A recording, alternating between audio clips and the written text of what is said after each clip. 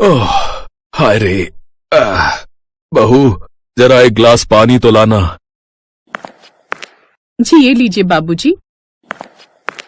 कितनी बार कहा है आपको, अब आपकी उम्र नहीं रही काम करने की। देखो तो पैर भी कैसे कपकपा रहे हैं। हम मजदूरों की जिंदगी ही ऐसी होती है सरला, क्या करें।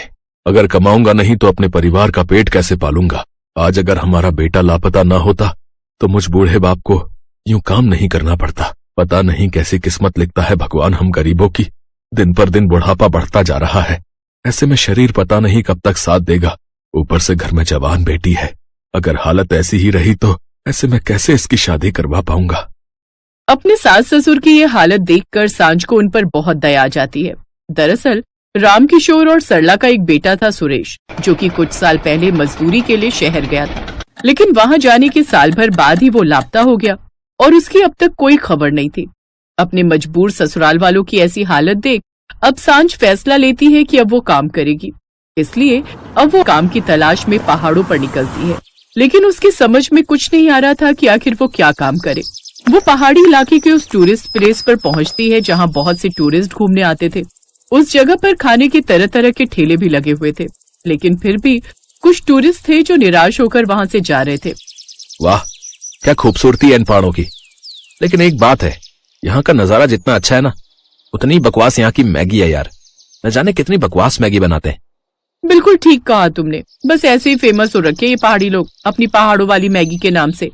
पहाड़ों वाली मैगी, हाँ मैं ये काम शुरू कर सकती हूँ। वैसे भी मुझे तो तरह तरह की मैगी बनाने आती है। ऊपर से घर में भी सब कहते हैं कि मैं मैगी बहुत अच्छी बनाती हूँ। अगर मैं मैगी का काम शुरू करूँ तो हो सकता है मैं अच्छी कमाई शुरू कर सकूं।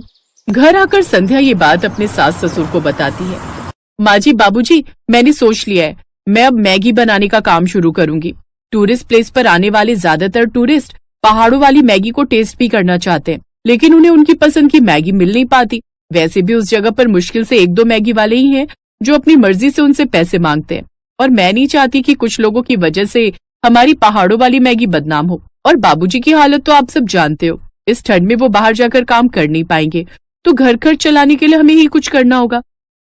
भाभी बिल्कुल ठीक कह रही है माँ, बाबूजी को अब आराम करना चाहिए, और सर्दियों का ये महीना तो पैसा कमाने के लिए अच्छा होता है। इस वक्त टूरिस्ट स्नोफॉल देखने के लिए दूर दूर से आते हैं। क्या पता भाभी का ये काम चल पड़े। मुझे लगता है ये दोनों ठीक कह रही हैं, और बहू के इस काम में मैं उसका साथ दूंगी। हम दोनों सास बहू मिलकर मैगी का ठेला लगाएंगे।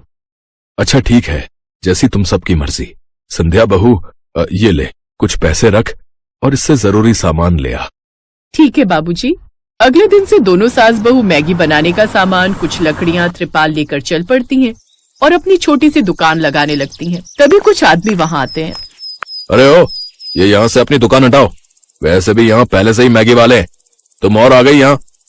लेकिन हमने पहले ही यहाँ के मालिक से बात कर ली है, फिर तुम क्यों हमें मैगी बनाने से रोक रहे हो? अरे क्योंकि इधर मैं मैगी बेचता हूँ, इसलिए कोई और यहाँ मैगी नहीं बेच सकता। चलो अब भागो यहाँ से। चल बहू, यहाँ से चलते हैं। हम पीछे चलकर अपनी मैगी की दुकान लगाते हैं। लेकिन माँ जी, इतने पीछे तो कोई टूरिस्ट आएगा ही नहीं। अरे हमारे मैगी में पड़ने वाले मसालों की खुशबू इतनी अच्छी है कि लोग अपने आप खींचे चले आएंगे, और जब भगवान ने हमें यहाँ तक का रास्ता दिखाया है तो आगे भी दिखाएगा। इतना सब होने के बाद भी दोनों सास बहू हार नहीं मानती। फिर कुछ देर तक जब कोई भी ग्राहक नहीं आता तो संध्या टूरिस्ट के पास जाती है। सुनिए, आप अगर यहाँ की सबसे अच्छी मैगी खाना चाहती हैं तो चलिए मेरे साथ। हम ऐसी मैगी बनाकर आपको खिलाएंगे कि आप उसका स्वाद भूल नहीं पाओगे। अच्छा ऐसी बात है, अगर तुम इतने विश्वास के साथ कह रही हो तो ठीक है, एक बार तुम्हारी मैगी ट्राई करके देख लेते। अरे नहीं विराज, तुम्हें याद है जब रोशनी और रौनक यहाँ से घूम कर गए थे तो उन्होंने क्या कहा था कि ये पहाड़ी लोग एक तो इतनी महंगी मैगी बेचते हैं, ऊपर से उसका स्वाद भी कितना बेकार होता है। नहीं नहीं मैडम, आप एक बार हमारे यहाँ की मैगी खाकर तो देखिए, और दाम भी औरों के मुकाबले कम है, सिर्फ 50 रुपए प्लेट। और अगर आपको पसंद ना आए तो आप वो पैसे भी मत देना। अच्छा, इतनी तारीफ कर रही हो अपनी मैगी की, तो चलिए एक बार चलकर देख ही लेते हैं। संध्या बड़ी मुश्किल से उन 2 ग्राहकों को अपनी दुकान पर लाती है। फिर बहू जल्दी से मैगी बनाती है। वाह, ये तो सचमुच कमाल की मैगी है। सच में इतनी टेस्टी मैगी तो हमारे दिल्ली शहर में भी नहीं मिलती। सच कहूँ तो मुझे बड़ा दुख हो रहा है कि आज का दिन हमारी इस ट्रिप का आखिरी दिन है, लेकिन अब मैं अगली बार यहाँ आऊंगी तो तुम्हारे यहाँ की मैगी खाऊंगी। साथ ही अपने और दोस्तों को भी बताऊंगी कि वो भी जब घूमने आए तो यहीं की मैगी खाएं। उस दिन ग्राहकों का अच्छा रिस्पांस मिलने से उन दोनों का हौसला और भी बढ़ जाता है, जिससे पहले ही दिन दोनों को पूरे 800 रुपए की कमाई होती है। ऐसे ही कुछ दिन बीत जाते हैं। अब दोनों सास बहू हर रोज उस जगह आकर अपनी मैगी की दुकान लगाती, लेकिन अभी भी उनके पास इतनी भीड़ नहीं आती जितनी दूसरे मैगी वालों की दुकान पर होती। ये देख संध्या दिमाग लगाती है और टूरिस्ट गार्ड और टूरिस्ट बस के ड्राइवर से जाकर कहती है, अगर आप लोग मेरे मैगी के ठेले पर ग्राहक भेजेंगे तो मैं हर रोज कमाई के हिस्से का 10% आप लोगों को दूंगी। बस आपको एक काम करना है कि जब भी कोई टूरिस्ट मैगी खाने के बारे में पूछे तो आप उसे मेरे यहाँ भेज दें। अरे वाह, ये तो बहुत ही अच्छी डील है। इससे तो मेरी अच्छी साइड इनकम भी हो जाएगी। अब संध्या अपने काम को बढ़ाने के लिए काफी मेहनत करती है। अब जो कोई भी उस सनसेट पॉइंट पर आता तो मैगी खाने वाले सभी ग्राहक उसी के ठेले पर आते, जिससे सास बहू की कमाई अच्छी खासी होने लगी। बस अब ऊपर वालों ने चाहा तो जल्द ही हमारे दुख दूर हो जाएंगे। सास बहू सुबह से शाम तक मैगी बेचती, लेकिन इससे दूसरे मैगी वाले उनसे चिढ़ने लगे। जल्दी से मैगी की प्लेट लगा दीजिए। आपको पता है हमने आपकी पहाड़ी मैगी की इतनी तारीफ सुनी है कि हमने रास्ते में कहीं खाना भी नहीं खाया, यही सोचकर कि अब सीधा आपके यहाँ की मैगी खाएंगे। ये सुनकर मदन और जगदीश, जो कि उसी टूरिस्ट प्लेस पर मैगी बेचते थे, सास बहू की इस कमाई से बहुत गुस्सा हो जाते हैं। चुपके से उनकी बनाई हुई मैगी में कॉकरोच डाल देते हैं। जब टूरिस्ट मैगी खाने लगते हैं तो उसमें पड़े उस कॉकरोच को देखकर बहुत गुस्सा हो जाते हैं कि तभी वहाँ पर एक टूरिस्ट आता है जिसने अपने कैमरे में सब रिकॉर्डिंग की होती है। मैं जब इन हसीन वादियों का वीडियो बना रहा था तभी मेरे कैमरे में ये सब कैद हुआ। मैंने इन दोनों आदमियों को इनकी मैगी के सामान में ये कॉकरोच डालते हुए रिकॉर्ड कर लिया था। यकीन नहीं होता तो ये देखिए। वो वीडियो देखने के बाद सभी लोगों ने उन दोनों के ठेले को ही तोड़ दिया, जिससे उस दिन के बाद उस टूरिस्ट प्लेस पर सिर्फ सास बहू का ही मैगी ठेला लगता था। अब जो भी ग्राहक उस जगह आता वो उनकी पहाड़ों वाली मैगी खाए बिना नहीं जा पाता।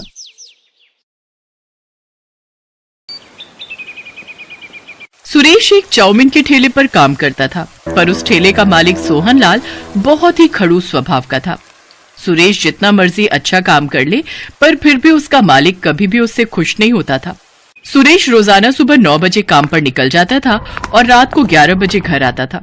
इतनी मेहनत करने के बाद भी उसका मालिक हमेशा उसे किसी न किसी बात के लिए सुनाता रहता था। क्या बात है सुरेश, इतनी देर से ग्राहक खड़े हैं और तेरे से अभी तक एक चाउमीन नहीं बनी? ऐसे काम नहीं होगा, तू तो मेरा नुकसान करवा देगा। मालिक, वो मैंने आपको कल कुछ सामान लिखवाया था, वो कम है, इसीलिए देर हो रही है। कहाँ रखा है सामान? आप दे दो, मैं जल्दी से बना दूंगा। तूने मुझे कब लिखवाया था सामान? मैंने तो कोई सामान नहीं लिखा। झूठ मत बोल, अगर तू लिखवाता तो मैं लेता हुआ आता। अरे भैया, क्या बात है, चाउमीन देनी है या हम जाएं? अरे नहीं नहीं, अभी बन जाएगी चाउमीन है, बस थोड़ी देर में मैं सामान मंगवा लेता हूँ। इतना टाइम नहीं है हमारे पास, रहने दो, हम कहीं और से खा लेंगे। हम तो तुम्हारा नाम सुनकर आए थे कि तुम्हारे ठेले की तवा चाउमीन बहुत बढ़िया बनती है। चलो भाई चलो, यहाँ रुकना बेकार है, यहाँ तो सामान ही नहीं है, चाउमीन क्या खाएंगे है। ग्राहक वहाँ से खाली ही लौट गए। सुरेश के मालिक ने सारा गुस्सा सुरेश पर निकाल दिया और गुस्से में सुरेश को चाटा लगा दिया। तेरी वजह से आज मेरे ग्राहक खाली लौट गए। मालिक, आप मेरे ऊपर हाथ मत उठाओ, वरना। क्या करेगा तू है, क्या करेगा तू बता? गरीब भिखारी, मेरे टुकड़ों पर पलने वाला, मेरे को आंखें दिखा रहा है। अरे तू नौकर है, मेरा नौकर। मैं चाहे तुझे मारूं या फिर तेरे साथ कुछ भी करूं, तुझे सब कुछ सहन करना पड़ेगा। मालिक, मुझे आपके पास नौकरी नहीं करनी, आप मेरा हिसाब कर दो, मैं नौकरी छोड़ रहा हूँ। क्या कहा? नौकरी छोड़ रहा है? अब इतनी जल्दी मैं दूसरा नौकर कहाँ से लाऊंगा? 1 रुपया भी नहीं मिलेगा। करना है तो कर, वरना बिना पगार लिए ही यहाँ से निकल जा। मालिक, आपने पिछले 2 महीने से मेरे पैसे नहीं दिए हैं, ये तो गलत बात है। मुझे जब आपके यहाँ नौकरी करनी नहीं तो आप मेरे पिछले पैसे दे दो ना। तेरे पास क्या सबूत है कि मैंने तुझे 2 महीने के पैसे नहीं दिए? जा कर ले जो करना है, मैं तुझे पैसे नहीं दूंगा। सुरेश बिना पगार लिए ही घर लौट आता है। तुम्हारे पैसे मार लिए, तुम्हारे ऊपर हाथ भी उठा दिया। अरे वो कैसा इंसान है। चलो तुम और मैं अभी चलते हैं। कैसे नहीं देगा वो पैसे? अरे पार्वती, वो इंसान ठीक नहीं है, उसके मुंह ना ही लगो तो सही रहेगा। छोड़ो, जाने दो। पर ये तो बहुत नुकसान हो गया ना, तुम्हारे हाथ में कोई काम भी नहीं है, घर का गुजारा कैसे होगा? पार्वती, मेरे हाथों में हुनर है जिसकी वजह से मैं अपना खुद का काम शुरू कर सकता हूँ। बस मुझे थोड़े पैसों की जरूरत होगी और मैं थोड़े पैसे कमाकर फिर से ये काम शुरू कर दूंगा। सुरेश ने थोड़ी मजदूरी करनी शुरू कर दी ताकि वो पैसे कमाकर तवा चाउमीन का ठेला लगा सके। पर एक दिन, अरे पार्वती भाभी, अरे जल्दी चलो। अरे सुरेश भैया बिल्डिंग की सीढ़ियों से गिर गए हैं, उन्हें बहुत चोट आई है। क्या चोट आ गई? कहाँ है भैया? बिल्डिंग के मालिक ने पड़ोस के अस्पताल में भेजा है। सुरेश भैया के सिर पर गहरी चोट आई है। पार्वती दौड़ती हुई अस्पताल जाती है। सुरेश इस दुर्घटना में अपनी आंखों की रोशनी खो देता है। एक के बाद एक परेशानियां सुरेश के परिवार को घेर लेती हैं। सोच रहा था थोड़े पैसे कमाकर तवा चाउमीन का ठेला लगा लूंगा, पर ये मुसीबत आ गई। अब तो मैं देख भी नहीं सकता। मोहताज हो गई है जिंदगी मेरी पार्वती। मैंने ऐसा कभी नहीं सोचा था। ऐसा न कहो, जिंदगी में अगर परेशानी आई है तो उनसे निकलने का हल भी हम मिलकर ढूंढेंगे।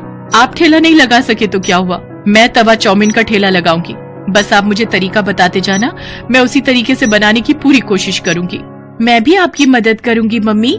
मैं भी आपकी मदद करूंगा मम्मी। ठीक है मेरे प्यारे बच्चों, तुम सब तो मेरी हिम्मत हो। पार्वती उधार पर चाउमीन बनाने का सामान और ठेला ले लेती है।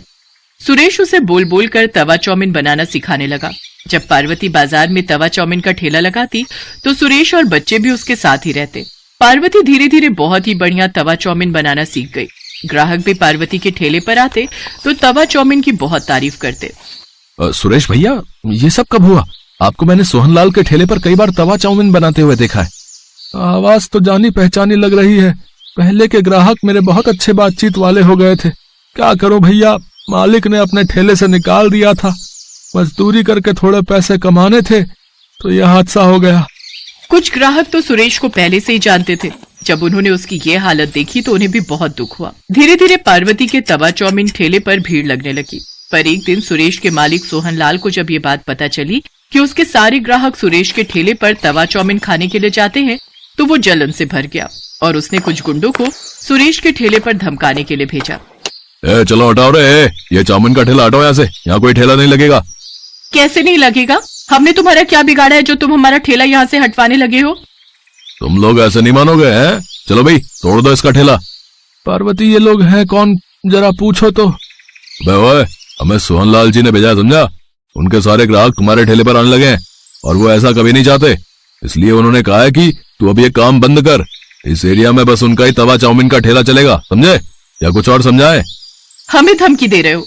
बाजार के बीच में खड़े हैं, अभी आवाज लगाऊंगी तो लोग इकट्ठे हो जाएंगे। अरे भाइयों बहनों, जरा हमारी मदद करो। देखो ये गुंडे हम गरीबों पर जुल्म कर रहे हैं। क्या हुआ बहन जी, चिंता मत करो, हमारे होते हुए गुंडे आपका कोई नुकसान नहीं पहुंचा सकते। चिंता मत करो, हम अभी इनकी वीडियो बनाकर सोशल मीडिया पर डालते हैं। क्या नाम बता रहे थे भैया, तुम्हें किसने भेजा है? गुंडे थोड़ा घबरा जाते हैं। उनके आसपास लोगों की भीड़ जुटने लगती है, जिनमें से कुछ मीडिया के लोग भी थे और कुछ जर्नलिस्ट, कुछ यूट्यूबर। फिर क्या था, उनको देखकर गुंडे बुरी तरह डर जाते हैं। इतनी देर में सोहनलाल भी आ जाता है। अब तो भीड़ सोहनलाल के पीछे पड़ जाती है। आप सब जानते हैं, इस बेईमान ने मेरे पति के 2 महीने के पैसे मार लिए और इन्हें नौकरी से निकाल दिया। आज मेरे पति की हालत इसी की वजह से है। सीधी तरह से इन गरीबों के पैसे लौटा दो, वरना तुम्हारा ये हाल होगा कि तुम सोच भी नहीं सकते। मैं एक न्यूज रिपोर्टर हूँ, भले ही आज मैं ड्यूटी पर नहीं हूँ, पर अपना फर्ज भली भांति जानती हूँ। सीधी तरह देते हो या तुम्हारे खिलाफ खबर छापूं? नहीं, मैं पैसे देता हूँ। सोहनलाल डर जाता है और वो पार्वती के हाथ में सुरेश के पैसे और बाकी सबके कहने पर उसका जो भी नुकसान हुआ उसमें पैसे बढ़ाकर देता है और उस दिन के बाद उन्हें तंग न करने का वादा करता है। काफी लोग सुरेश और पार्वती की मदद के लिए आते हैं और फिर सुरेश का इलाज भी करवाने के लिए बहुत से लोगों ने मदद की, जिससे सुरेश की आंखों का ऑपरेशन हो गया और उसकी आंखों की रोशनी फिर से लौट आई और सुरेश और पार्वती दोनों मिलकर अपने तवा चाउमीन के ठेले पर मेहनत करने